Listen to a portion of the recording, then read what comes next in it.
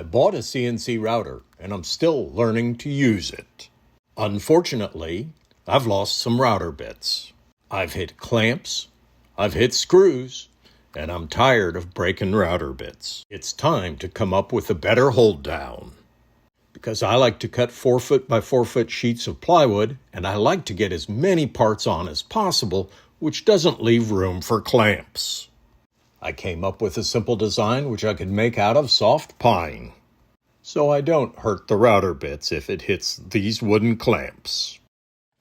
This should be easy to make. Let's start at the table saw.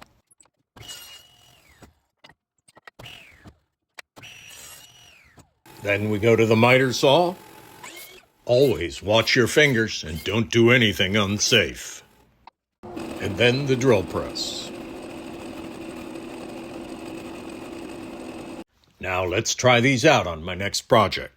In my Carveco package, I measured where to place the clamps precisely. You can see this worked out pretty good for this sheet. I hit 2 of the clamps, but there was no damage to the router bit, and I had a successful cut. That's what I wanted. While version 1 worked pretty good, I didn't like the fact that I had the shims, and the grain direction was going the wrong way, because the nose broke off on one of them. So version 2 improvements will be taller so I don't need the shim, and the correct grain direction on the nose. This should be better. A quick layout on the wood, and back to the table saw. This time I'm going to use the bandsaw. Back to the miter saw, then to the drill. These look pretty good. So let's install version 2 on our next sheet. That looks much better without the shim. I know they're not square, but that's where the holding force comes from. And now a word of warning. Make sure your clamps don't get in the travel path of your machine. For version 3, I may make these a little narrower. But these look pretty good for version 2.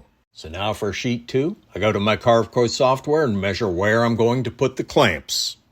Install the clamps, and then let's see how it does on my next cut. I had more room on this sheet, and I didn't hit the clamps.